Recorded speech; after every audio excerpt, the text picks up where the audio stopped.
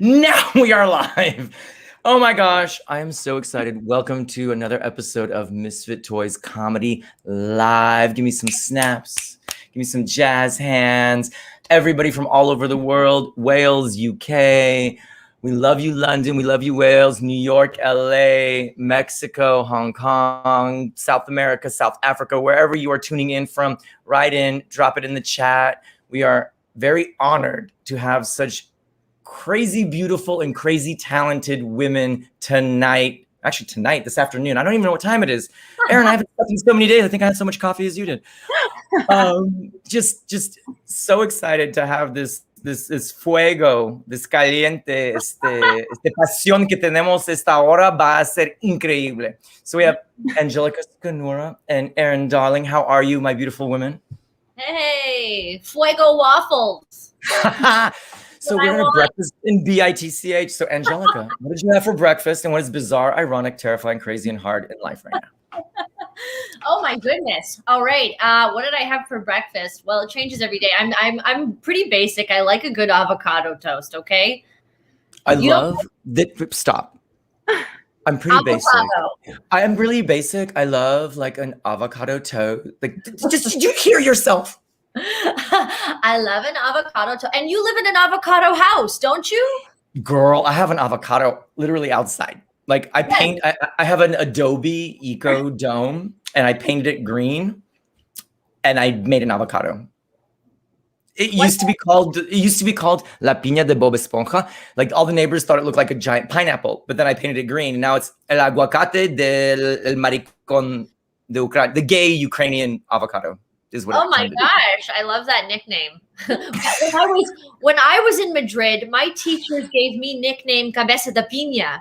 They gave me because I did the Bam Bam hair, and it's like it was swelled up, and they're like, "Oh, Cabeza de Piña." Oh, I'm gonna drop in. So we have a private chat, so you can drop things to me privately. And in the group public chat, I will be welcome to Rosetta Stone Misfit Toys Comedy Edition. So piña is pineapple, and we're gonna learn some. It's like Sesame Street, Plaza Sesamo. Like we're gonna learn and laugh at the same time. So avocado toast, girl. What is bizarre, ironic, terrifying, crazy, and hard in life right now? Okay, so you know when you're just like trying to be grateful all the time, and it's like there's a weird stress in the air because I'm in Canada. I'm still not vaccinated, and we're seeing other people, and it's like, okay, this is ending, but we're kind of low-key stressed.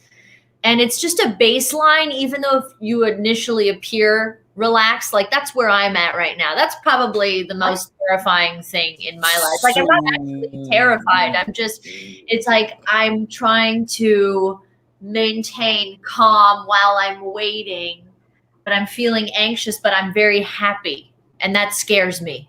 I love how you are able to articulate the complexity that is the emotional state of your present. Iggy, very few people can do that. You told me today, you're like, you better be ready with your words. And I'm like, I was doing King's Speech shit in the bathroom before the show. Oh my God. But the way that you were able to articulate so eloquently the madness, yet calm, yet joy that is our present day and your situation was so beautiful. I love it. Erin, it's your turn. Breakfast in BITCH. Okay, so my breakfast was leftovers. And so something about me is I love breakfast because I used to just like blend protein powder and spinach and water and just like, yeah, disgusting. Just call it a day. And so now I honestly feel breakfast is like my first act of like self-love in the day. Oh. So I always make myself breakfast now. So Erin, how do you love yourself in the morning? Dude, step one is that. This is what I do. Celery juice is my first thing, which I actually really love. I love celery juice. So I have a juicer here. I do that.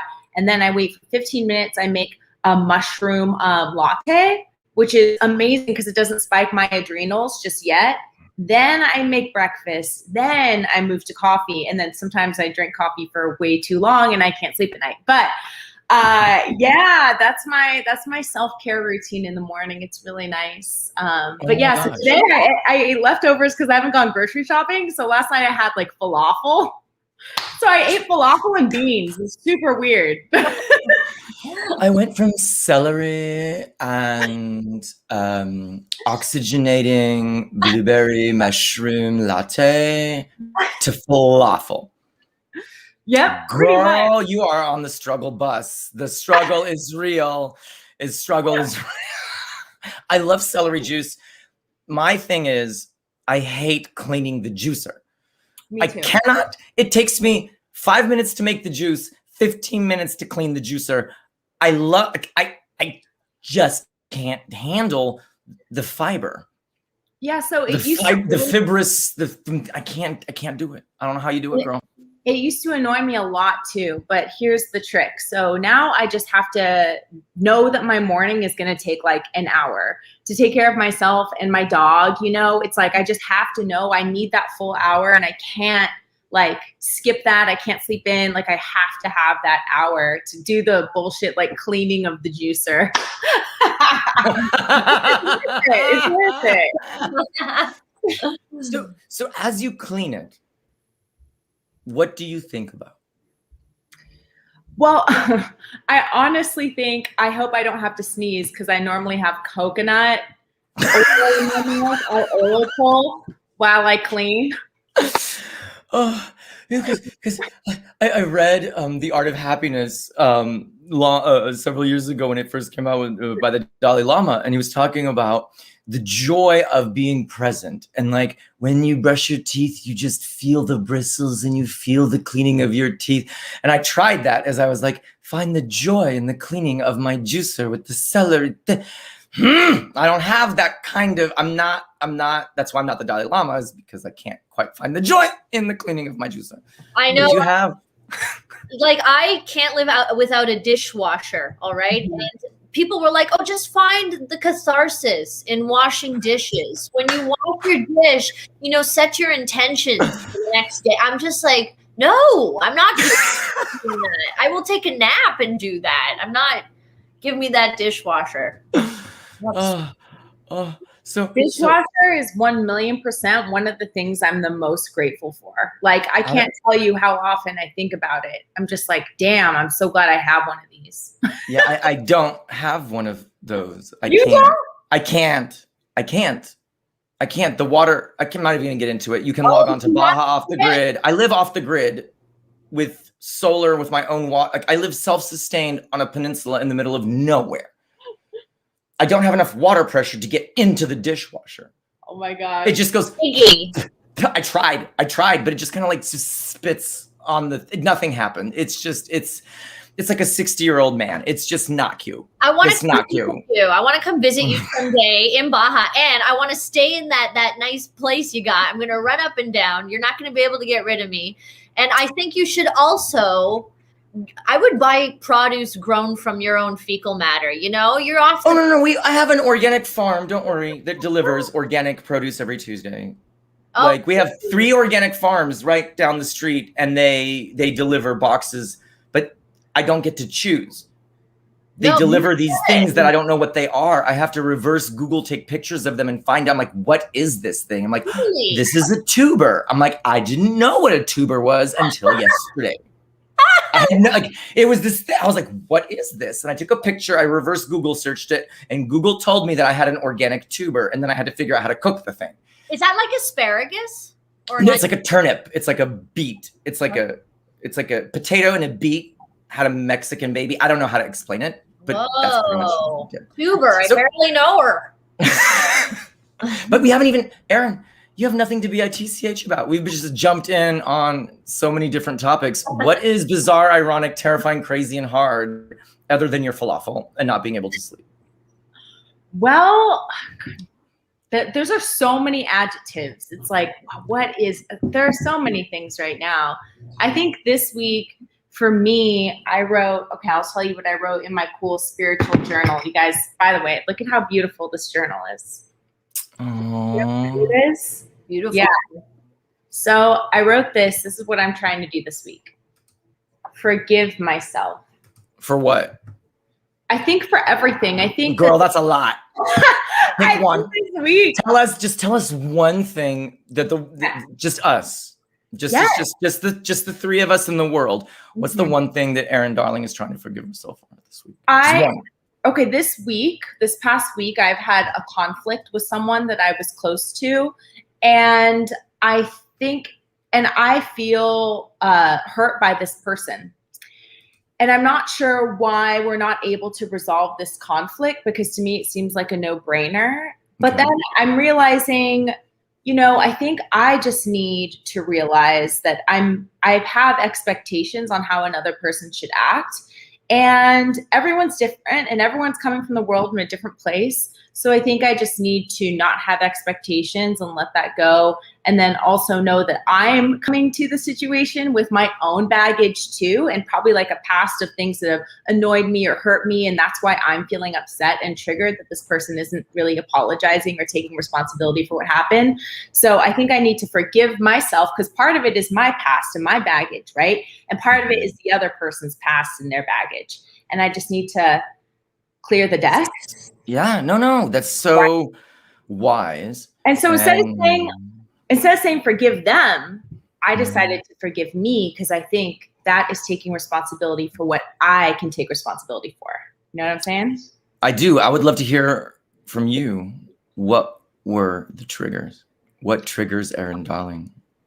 Well, what were the triggers? If you can really dig down deep and look at yourself, you know what those are. Do you care to share with us, or are we going too deep, too soon? No, I can share with you guys. I think a big trigger for me is not feeling heard. So when I feel like someone... So like if I just start talking while you're talking? It's not even that much. It's more of like if I'm trying to communicate something to you and you have no desire to like understand where I'm coming from, or, you know, those are the things that are really triggering to me when I feel like someone's not listening to, not like casually, but like when I need to emote, like I need to be seen and heard, that stuff. Just like, I was in an emotionally abusive relationship in the past. And I think that was I know that was a big reoccurring theme there. So when I got out, I've had to do a lot of work on myself and find the things that did trigger me and kind of be like, okay, so how do I address this? Because you don't want to go through life like a minefield. Like someone says something or does something, you're just like reacting constantly, right? Like you have to respond instead of react. Adults respond, kids react. So trying to step into like my grown-ass woman and be responsible for what I can be responsible for. Just take a beat.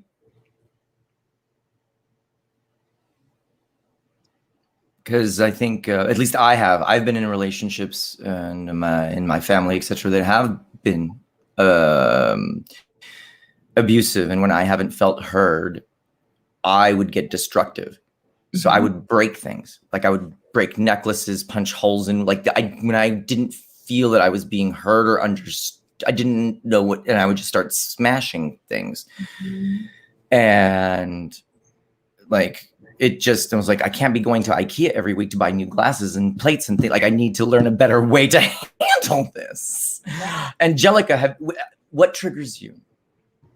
What triggers me? And like in violence? Just what are some things that like has nothing to do with the situation, but then it just ignites an emotion from your past that is not necessarily related to the present. Right. I'd have to say just running out of time, feeling like I'm running out of time, you know, and scarcity of time is definitely a thing. Yeah, no. And it's, I think all of us come into this, like, you know, we come into comedy being like, okay, now time, gotta crush it, you know, now. And I think it's like, I'm so triggered into that pressure, putting that pressure on myself every day. And it's weird little reminders. They could see it could be an image. It could be something that's said, you know, it triggers like a Pavlovian response over a while, you know. And just this feeling like, oh my gosh, you got to keep going. You got to do this. You got to do this. You gotta. And just to catch yourself in that and go, is it's very difficult to do. So I'd have to say probably, yeah, that's what jumped out to me. When you just say triggered, I don't consider myself to be easily triggered with comedy or anything. I'm like, all right, you know, it kind of rolls off your back and all that. But when it comes to other things in life, you know, the time thing, that's when it's like a spasm. And you're suddenly right back to where you were 3 years ago when you first felt that. And then you're like, oh my gosh, it's like you have to unclench. I love that Erin's like nodding. Do you feel that as well? Do you have that scarcity of time triggers? Like, I know I do, is like, I don't have enough. There's not, for me, it's because I'm 40 and change. I haven't done these, so that I get that. Or there's not, so do you, I saw you nodding. Why were you nodding? What resonated with what Angelica said with you, Erin? I mean, so many things. I've definitely felt that before. I feel that on a daily basis, you know, even in the day itself. When is my day ending? Like, did I do enough today? Am I satisfied with like all the things? Or, cause like we could run ourselves ragged, but I think it's important to like give yourself an out, like an end time with whatever work needs to be done on a daily, weekly, yearly basis. But also, I was just curious, Angelica, if you've had this experience where, do you feel like there's a difference between being stuck in that, like, I'm on my grind mindset, or like do, versus like sometimes when you let go and then you're like, no, I'm going to receive now. Do you ever do that? Yeah, no. And it's something that it's like you have to be consciously unconscious of, which is that's what's so challenging about it, because it's such an effort to do, and when you're in it, you're living it, and it's like you're untouchable, and it's like you have a day where everything goes right, and you're like, I'm grinding, I'm hustling, it's paying off.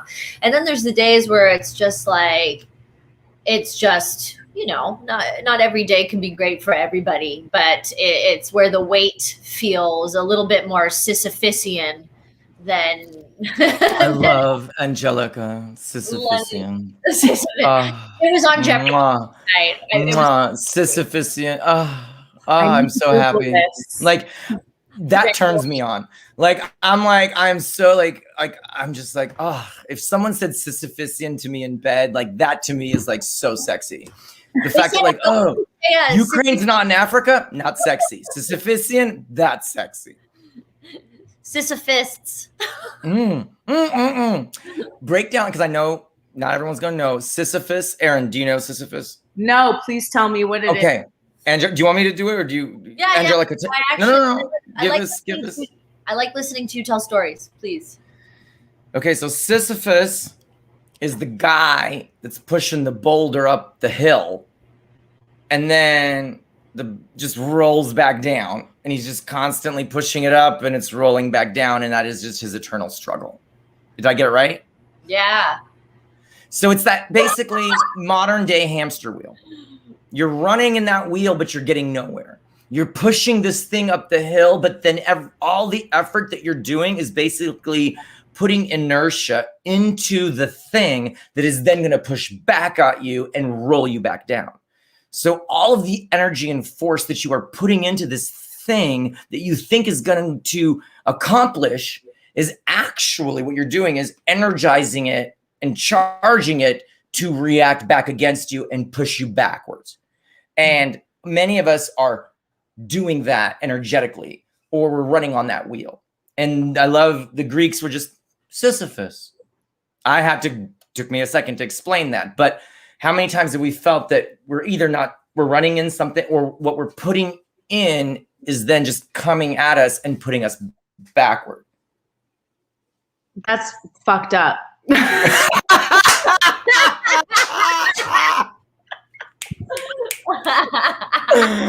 Oh my God. Oh my God. I love this hour of power. You women are amazing. I'm having the best time. Me too. Yeah. Oh my God. Great. My favorite, this just reminded me, my favorite moment is like when people ask me for a light. You know, like I remember last time I was in West Hollywood, and this is pre-COVID. We're out on the outdoor, whatever. People are smoking. and they ask me for a light. And I look at them and I go, I am proud to be your Prometheus. And then they just look at me like, Prometheus is the one who took fire from the gods and gave it to humans. Yeah. He is the one that brought fire. And I am the one that brought confusion and disdain, because they're like, why is this bitch trying to be so fancy? Prometheus, just light my fucking cigarette.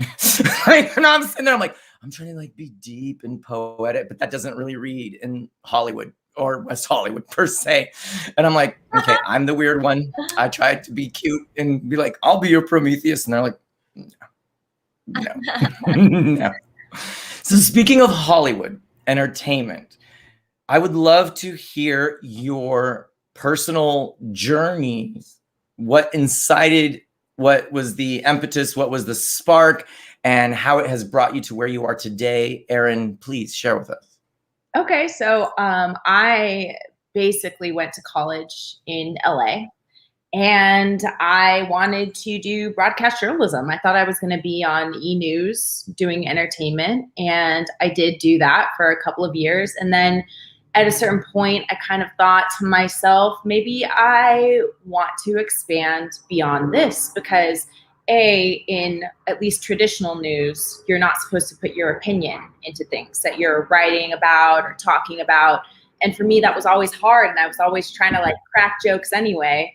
So I ended up taking a job as a content producer and took a comedy writing class. And then there was a showcase at the Improv, and I did all the bringer shows in Los Angeles, all the bar shows, anywhere with a mic. And I just kind of didn't stop. So that's kind of where it started for me. And it's led to a bunch of opportunities, which is great. But that's kind of my, I guess, my comedy journey. So can I just give back to you what you said?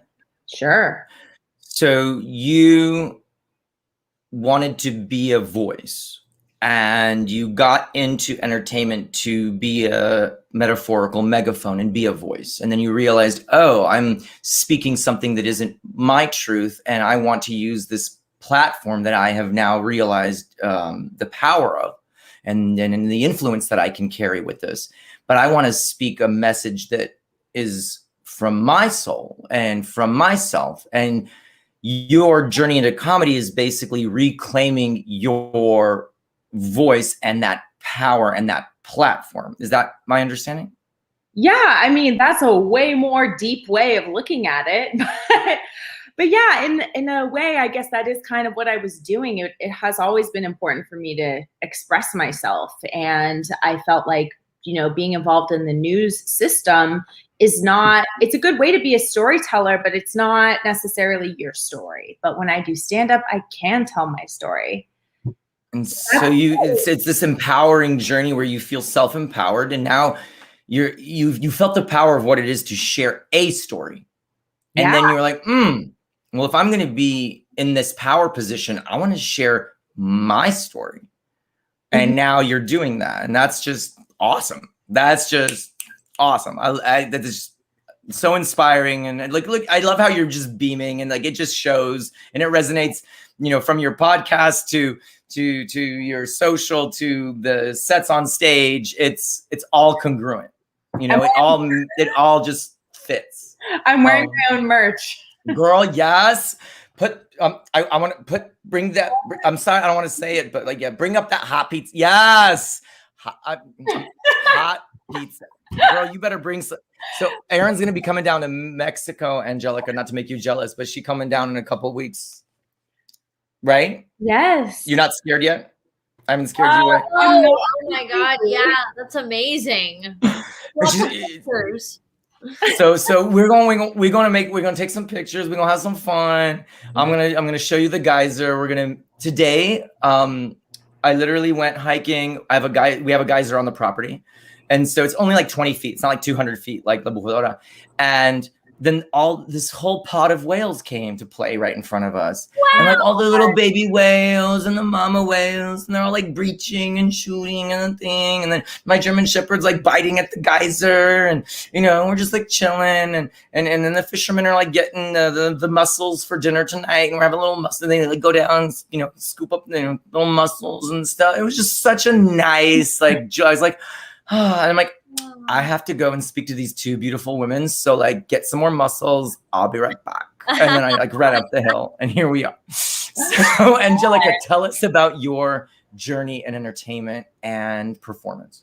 Oh, well, I've been performing. I'm a dancer. I'm a flamenco dancer. That's Spanish dancing.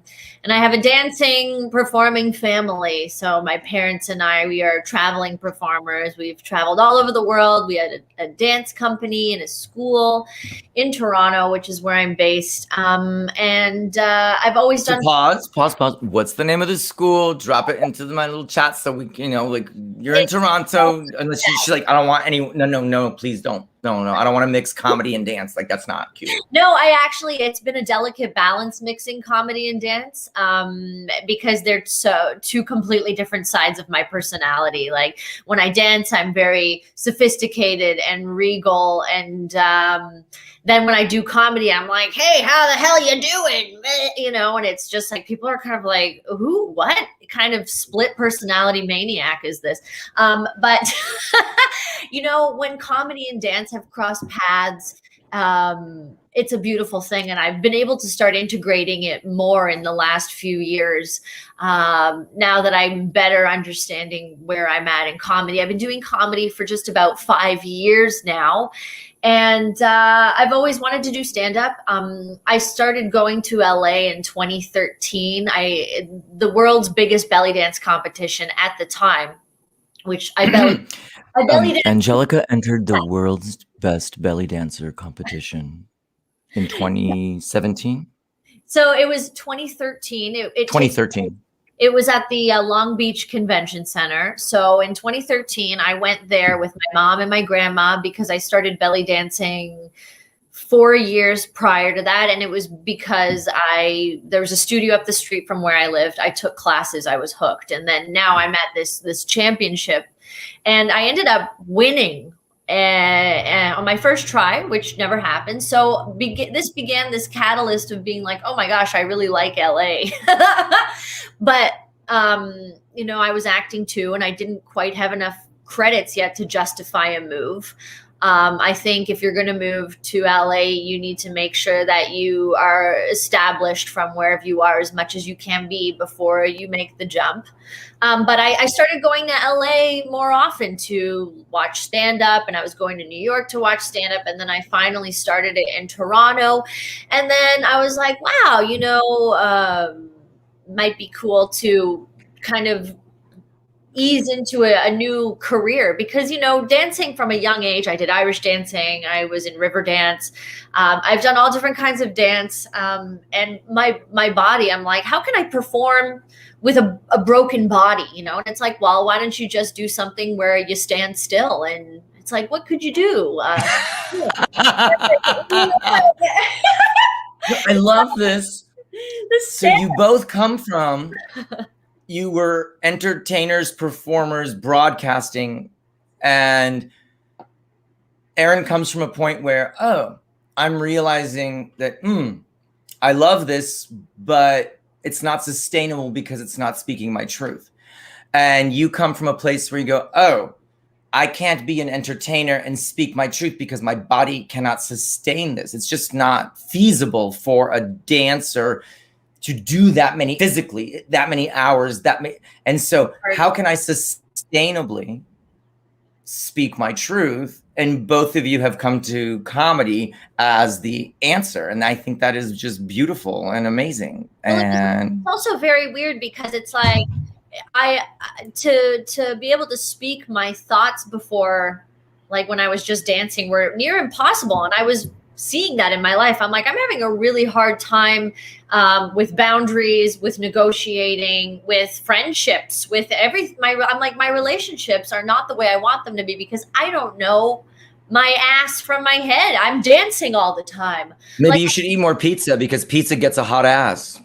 Pizza gets a hot ass. I love pizza. Yes. Every day. But it was like, yeah, to just be dancing and to be very expressive, but not ever having actually verbalized any of these things I'm feeling when I'm dancing. I was like, it felt like it made sense to go into that, even though people say it was a stupid fallback decision. They're like, oh, some people, they go to school, they go back to school, they do this, they do that. Oh, how about do the one thing where there's no guarantee, where there's nothing? And I'm like, yeah, let's go. Like, come on. So we have, so from popping up, can you read this, please, Angelica? You misspelled, but just read and answer, please. Ask a young man, no, performing under Michael Flatley. Angelica, I feel your pain. Oh, was he in? Did you work with Michael Flatley? That's amazing. I was not under Michael Flatley, but yeah, no, he was. I was about 5 when Riverdance first came out, and then by the time Lord of the Dance came out, that was much later. And I remember going to Vegas to see Lord of the Dance when I was 12. And Michael Flatley, yeah, apparently he used to dunk his head into an ice bath as soon as he got off stage. Whoa. Carolyn Powers is like, clogging. Have we clogged? Have you clogged? Did you clog? Erin, do you clog? Does anyone clog? I don't clog. I crock. Like, I crock. I don't clog. It's embarrassing. I know. I do it in private. I don't put it. My boyfriend's Dutch, and he has clogs. My boyfriend's Dutch, and he has clogs. Yeah. I think you just need to open your set that way. When you grab the microphone and just get up and, hello, my boyfriend's Dutch, and he has clogs. And I have Drano.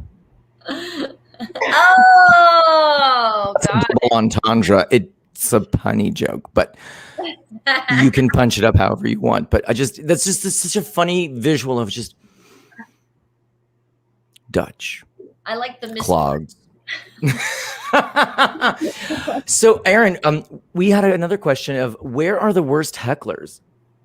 Jack was asking, like, where are the worst hecklers? Like, have you ever been heckled, being on stage, being a woman? I know just from teaching Misfit Toys comedy and running the studio, how even the hosts can be like, oh, we got another woman on stage. Oh, ovaries for everybody. And then you get the microphone and you're like, seriously, dude? Like, seriously? Like, and then you're supposed to, like, dig yourself out of that. Have you ever, whether it's from the actual establishment, the host or audience, give us your best heckle moment? I mean, and how you handled it. I'll be honest, I think that the worst hecklers are on the internet. By far, in person, I would say. Give us your worst internet troll heckle moment. Yes. So in the comment section of any video that you can see of me online, and there's a lot of them, or any woman in general, I think the worst thing someone ever said about me that I read was that they would rather eat an aborted fetus than listen to me talk. And to my response was basically, prove it. Like, let's go. Girl, you're like, show me the video and make it a boomerang. Because that's disgusting. Like, you would rather do that than hear me talk. Okay, that's extreme. Wow. So, but at least you know you've made it when you've been trolled. Like, I think that's you know you've made it when, like, someone takes the time to actually type in, I would rather whatever you said, whatever that happened. Basically, I can't even say it in my mouth can't even put it to words. You know, what's interesting is that I feel like when that happens to you or me, for example, I think what I've learned is that I've made it in the troll's eyes, because for me, I'm nowhere near where I'm going to go, honey. Like, we got places to go. But that troll, I was in a place of superiority to them. They wanted to bring me down. You know, people don't hate on people that they don't view as, you know, like above them or whatever. That's why they're pulling you down. So that's kind of interesting, because if people say corny things like haters are the best motivators, I don't really see it like that. But I do realize that the only reason why anyone would talk shit to me is I'm not doing anything. I'm not hurting anyone. I'm just doing my thing, putting my shit out there. But the only way that someone would want to like take you down is if you're in a place where they might want to be, or they don't think you deserve it, which also means that they want to be there. So you got to just disassociate from that and keep doing your shit. Be on your path. Continue your art. You know, we're all artists, so we're all in the habit of putting ourselves out there. And anytime you do that, you're going to get judged. And hopefully it's in a more positive manner. But people are people. Not everyone is as enlightened and evolved. Angelica, give me your best troll heckle moment. I would love to hear what type of abortion people would like to eat while watching you not dance, or what. I just don't even, I'm dying to know. Oh gosh. Okay. So there's a couple. There was one day, there was August 18th, 2018. And I remember the date because it was that crazy of a day. So there was a show up the street from me, literal walking distance. They were having brisket. It was an afternoon show. And I was like, I can't wait to perform and then get this motherfucking brisket and then walk home. Like, I was pumped. And she's so Mrs. Maisel. It's so amazing. She's like brisket and performance. I love how brisket is such a vivid part of this memory of the day. Because here's the thing. I went on stage and I fucking bombed so hard. I just didn't get started off right. And I guess you guys hate me. And one guy said, yeah, we do. And everybody laughed at that. Everybody, and I was like, oh my gosh. And my friend, I remember coming off stage, she's like, I don't know what happened out there. That was weird. Anyways, I was so embarrassed. I went home without brisket. I was so embarrassed. And I was like, what?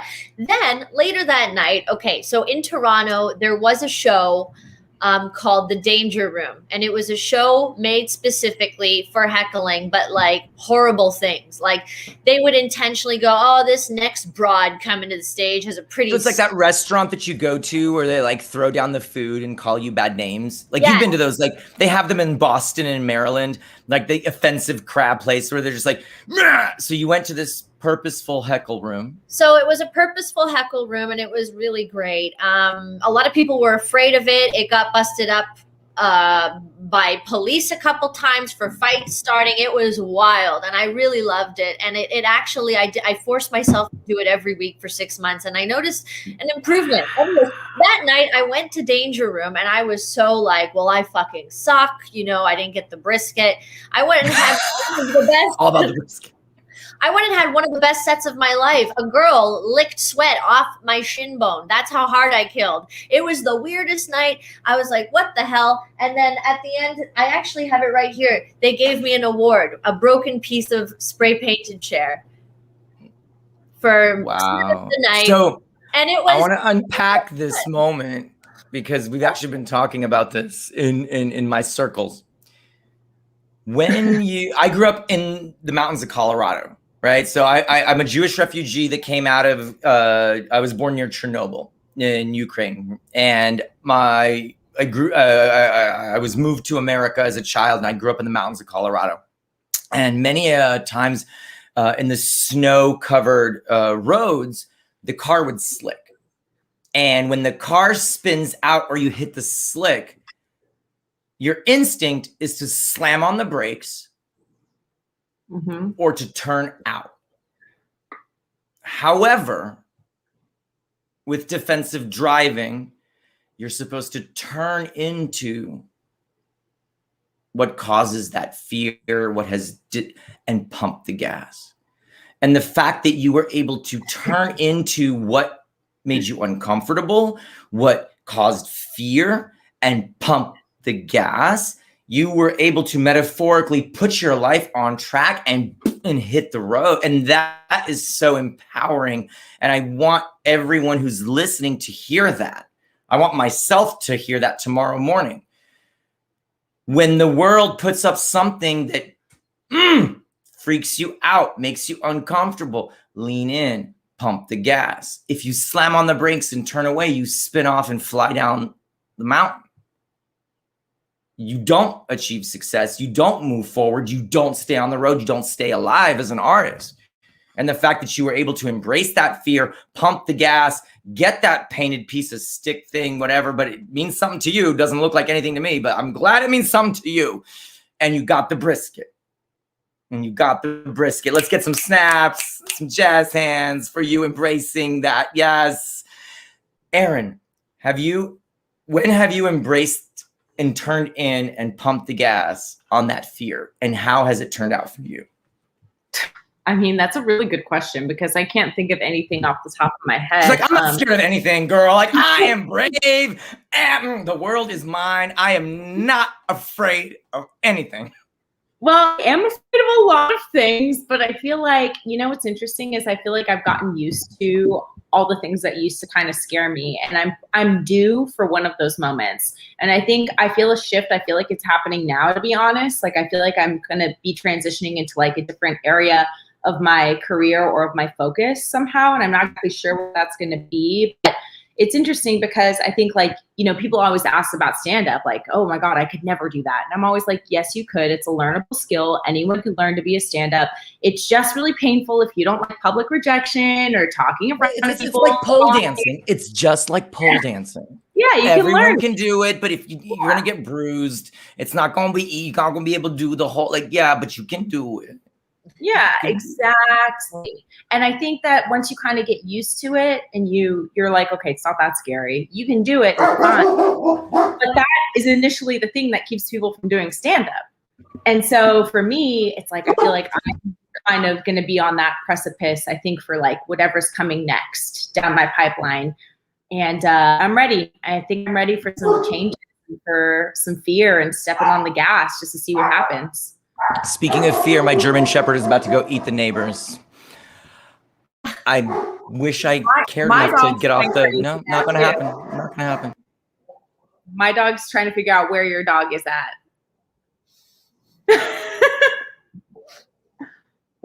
Ripkin, come here. I haven't called the elephant in the room. It's not even the elephant.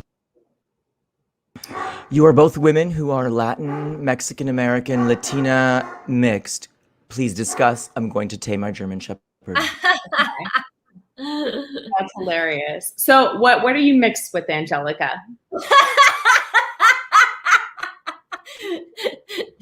That was such a nice journalist. I liked it. I could see that shift. My hosting background kicks in, you know. Well, I'm Maltese, Spanish, and Irish. So my dad. Yeah. So Malta is a tiny island, and my dad is Spanish from Malta. So very cool. And he came to Canada, met my mom, who's from Northern Ontario, Irish Canadian, and they got together and had me. So that's awesome. Oh, hi, doggy. No, what about you? I'm Mexican American. Oh my gosh, look at this cutie. But my dog is Maltese, so my dog's from Malta, I guess. Are Maltese dogs from Malta? No, they're not, but. Oh, damn it. Okay, well, I thought I was making a connection there. I felt, so forgive me. You know what? And guess what? Maltesers are not from Malta either, the chocolate. So the candy? The British candy? I always said if my dog became a stripper, I would like call her a Malteser. Like that candy, I was like, this is a hilarious name, Malteser. Julie, did you explain where Malta was, Angelica? Oh, no, I didn't. Just for a little. You have to explain Malta. You have to explain Sisyphus. There's a lot of explaining that's going to have to happen.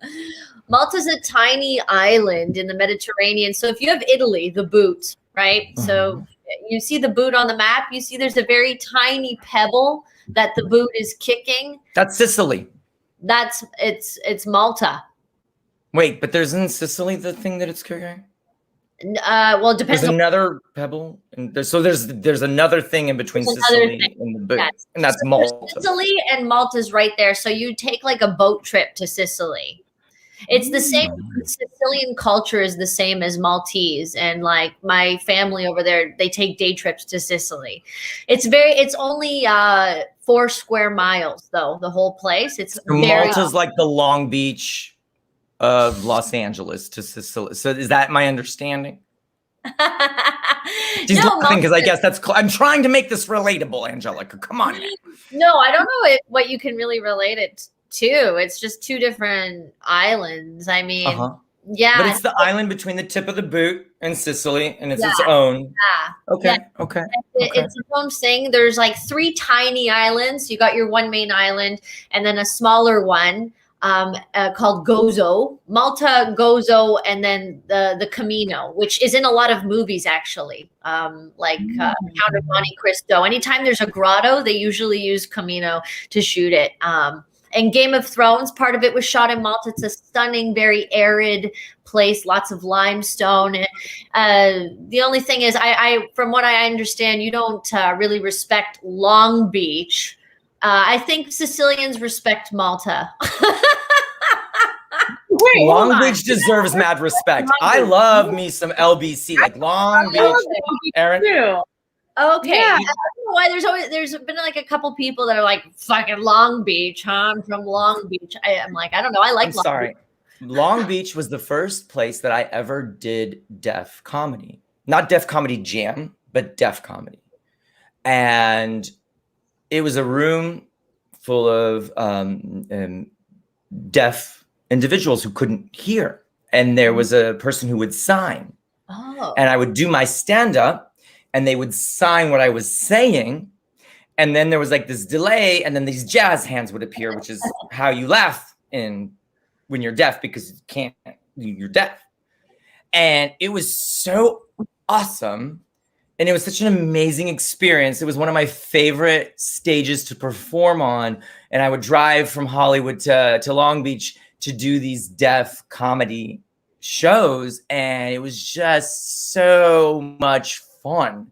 And then when Zoom came on, and I was like, oh, everyone's on mute. I'm used to this. Give me jazz hands when you laugh. And all of a sudden it started to trend, because in all the like stand-up Zoom shows, that became the like, I was like, well, I'm used to people being on mute because I've done all of these shows in Long Beach for the deaf, and the way that they laugh is this. So I'm like, don't unmute, please. You have a dog and children, whatever you're doing, just give me this. And it started to trend, and a lot of people now, when they watch shows, etc., on Zoom, like this is, so that's my connection to. You know, I've always enjoyed your Zoom etiquette and the way you do shows. You know, you're very, you get into it. It's clear that you know how to visually get the reaction that you're looking for, you know, and it's like you got paddles, you've got the background, you use your full body sometimes. I've learned a lot from you dynamically on Zoom. So that's cool. The format changed. The stage changed. We're now in a box. Our message, our art, our voice, our why, at least mine, has not shifted. Mm-hmm. And when we stay true to our why and what we are trying to accomplish with our art, albeit newscasting, dance, comedy, it just transforms and morphs with the format. Mm-hmm. And Erin, how have you adjusted and pivoted with this new format of Zoom and more, you know, video, virtual, digital? I mean, for me, it was just like a complete pivot, because I realized I don't really like doing Zoom comedy. So for me, it was more creating work on other platforms, doing a lot of work on my podcast, Hot Pizza Ass Podcast, which is all about, it became the #3 self-love podcast on iTunes. Yeah. So a lot of that, a lot of creating content, and TikTok.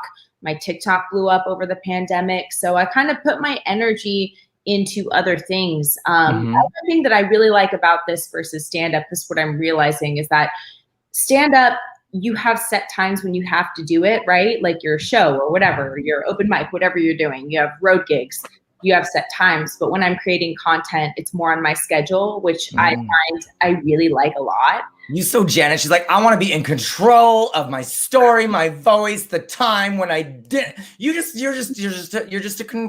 in control. You're just Miss Jackson, Miss Darling, because you in control. Surprisingly, I like freedom. But that is control is freedom. It is. Being able to choose when and how. Choice is control. Choice is freedom.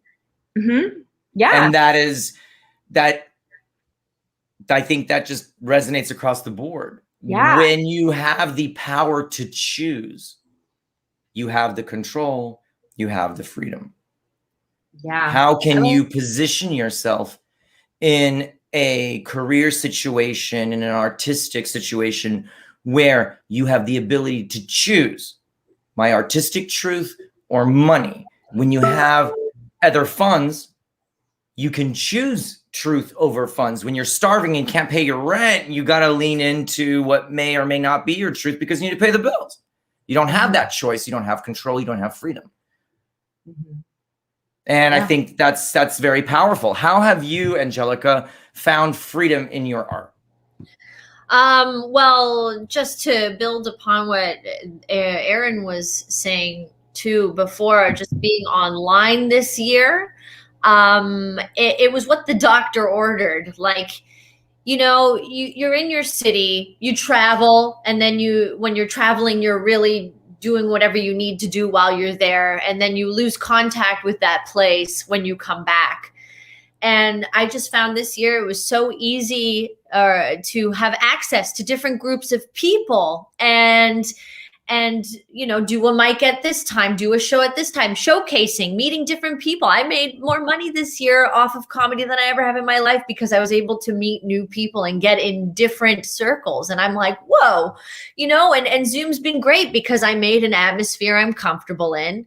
I'm not spending all this money trying to get around. I'm not wasting time trying to get around. I'm like, the travel time is now put into more the creative elements so that you're more prepared for your set that you're going to do. Because before it was like, oh my God, I'm rushing to this place. I'm rushing to this place. I have an audition. Oh my gosh, how did that go? Well, I've been able to record all my own auditions. I'm in control of what I'm giving people. And, you know, there's a lot of stuff this year that has ended up being a lot of fun. And I think people get pissed off about Zoom comedy. I think people just get pissed off because they just want to complain. Well, they also just don't want to feel like they're not doing something. And if Zoom's a thing, if online, you know, honing online voice and how you work with the camera and how you know, what I find the space that I've made for myself. I'm like, I get to go to the bathroom. Doing a live performance is great. I get to go to the bathroom. Doing a live performance is great, but it's like I'm peeing in a toilet somebody just threw up in. This girl's gonna heckle me. Then I gotta pay for a $20 Uber to get to the other side of town to perform these drunk idiots. And it's like, there's no more of that. I'm teaching, I'm working, I'm connecting, and the schedule it's like the schedule is great, right? Because you can be in one country from 1 hour to the next and have more amassed. It's yeah. I love it. I love, like, I just, the joy, the perspective, how you are able to reframe the situation, both mentally, physically, and in your career, and manifest that. And both of you, and show, the proof is in the pudding, so to speak. It's obvious. Monologues, we're almost, we can run over, no one's going to yell at us, but monologues, the strong women in our lives, mothers, grandmothers, aunties, what have they taught you? What were some of those, the main lessons from the strong matriarchs in your life? Erin, please share with us. Well, I come from, you know, some really strong, opinionated, fiery Latinas. My mom is just like, she's a badass. And you know what's so funny about her is she was the one that taught me. Do you guys believe in like manifestation? No, we just talked about it for like an hour. Not at all. So my mom would tell me stories about this when she was a little kid, and she didn't have that word for it, but she would be like, she just knew that like there was magic in intention and in thought. So what would she call it? She just, in Spanish, what would she say? She didn't have a word for it, and she never ¿Qué quieres? Spanish either. Haz tu mundo. So no, she just would tell me stories, and she'd be like, you know what? I would just have this thing that would happen where I'd be like, I'd see a bike that I wanted. I just like, I want that bike. And I'd think about that bike and I'd think about it. I draw a picture of it. And then like 2 weeks later, my dad would come home with the bike that I wanted. And I'm like, what? I was like, are you serious? And she's like, no. And the same thing would happen with cars. Her dad was the type of person, once something gets old, he would her dad was so amazing at stealing vehicles that it was just so awesome. Like, I wish I had a father that would steal bikes and cars. No, I'm just joking. I'm so just He's the type of person that doesn't believe in fixing anything. So if something got old or whatever, he would just like get a different one or return it or whatever, you know. I always thought that was really, really weird. But she's like, same thing with cars. I'd like think about a car that I wanted, and then that would be like the car that came my way. And so she didn't have like a word for it, but since I was a little kid, she kind of like taught me about intention and about thought and about the power of your thoughts and the fact that you can just get stuff.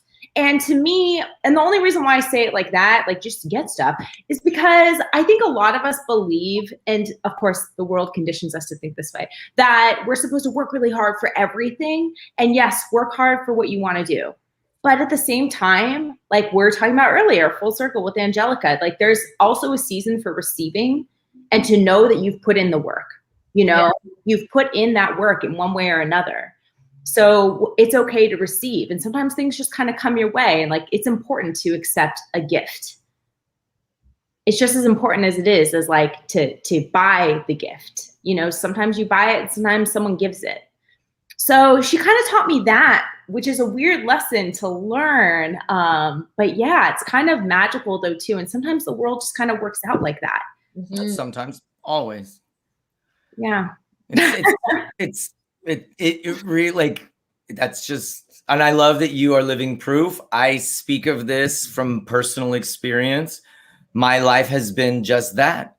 It's just been a series of magical synchronistic moments that I've escaped and survived, from nuclear disaster to, you know, school mass shooting, to all of these things that my magical mother was able to just foresee and just yank me. The magic of life and how it just resonates with me. And the fact that, yes, what you focus on and what you think about and what you envision becomes your reality. You know, if you're standing in a pile of shit and you're looking at the pile of shit, then you're smelling it and you're in it. The rainbow's there. The poop is there. What you choose to look at is up to you. Poop ain't going away. Rainbow's still there. You want to make your life about the poop? Great. You want to just look up at the rainbow and make your life about the rainbow? Great. Both are there. Neither's going away. It's your choice what you focus on. Up to you. But the poop's there, and like, life is full of both. It's just what you choose to really focus on, because they're both there, and you can't change either one. You're in it, and it's above. It's up to you. It's totally up to you. Angelica, what matriarchal monologues would you love to share with us? Well, my mom and my grandma are very close to me. My mom is the Irish Canadian. My Spanish Maltese side, they're in Malta, all of them. They came to Canada. My dad was the only one that stayed. They were like, they did one winter and they were like, bye. We're going back to Malta. And my dad wanted to get into the embroidery and cresting business, so he stayed here. So anyways, but my mom, my grandma is very inappropriate. She's always been a very dirty woman, and she's always been super funny. And she actually, I used to run a show and she'd come do a set every now and then. And she was so funny. Tell me you have recordings of grandma. I do have recordings of her. Of course I do. I would not let that moment pass without documentation. But, you know, she used to be a kind of a pest. Like we'd go out for lunch, and she used to go hit on guys for me, but I didn't ask her to do it. Like, she would just, she'd be like, I like the look of that guy over there. And, you know, I'd be like, all right, whatever. And she's like, yeah, he looks like he's got a big dick. You know, like, she'd be like doing this, right? And I'm just like, okay, this is fucking gross. And then I'd go to the But back. like kind of amazing at the same time. It is. It's a little embarrassing because she talks loud. She was loud, okay? Loud. I'm like, oh my gosh. but I went to the washroom once and I came back and she was talking to this guy and she was like trying to big me up. And she was like, oh, yeah. See, there she is. There's my granddaughter, Angelica. Yeah. You should see her when she's wearing makeup. oh my God. And I was just, here I was thinking you should see her when she's, dancing, something, or nope, wearing makeup. That's one of my favorite moments with her, for sure. So when you said mom stuff, I'm like, that little story. Yeah, but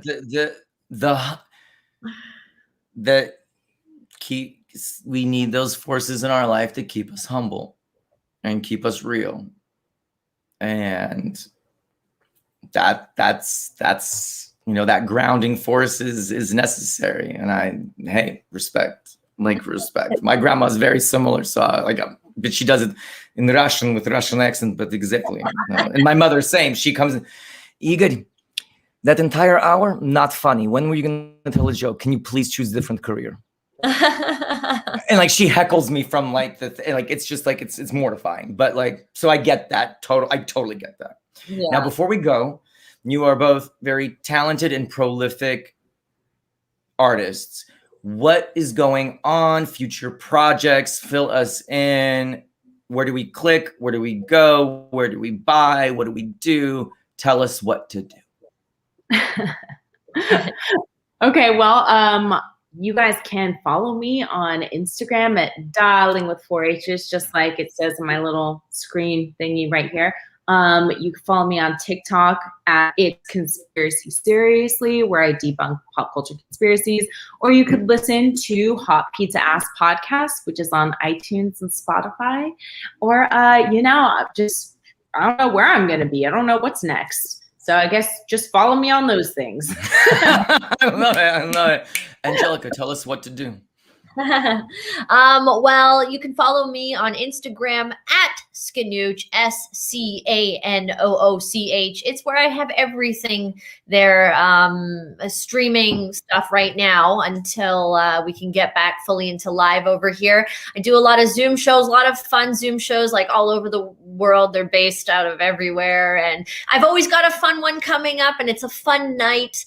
And I have all my dance stuff, all my comedy, all the acting updates on my Instagram, and tutorials on my Patreon. So if you want to learn dance from me, you can go to my Patreon. The link is in my bio. All my stuff's there. Thanks.